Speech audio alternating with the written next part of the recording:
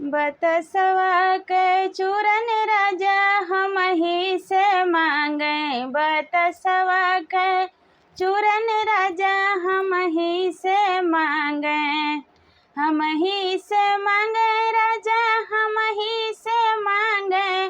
बतसवा के चूरन राजा हमही से मांगे।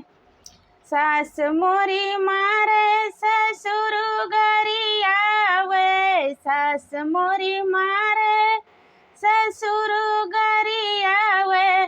देउढ़िया के ठाढ़े राजा हमें समझावे। देउढ़िया के ठाढ़े राजा हमें समझावे। बतसवा के चूरन राजा हमही से मांगे। बतसवा के चूरन राजा हमही से मांगे। जेठ मोरे मारे जेठानी गरियावे। जेठ मोरे मारे जेठानी गरियावे। देउढ़िया के ठाढ़े राजा हमें समझावे।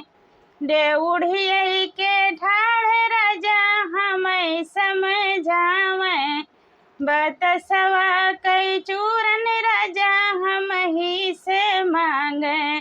बतसवा के चूरन राजा हमही से मांगे।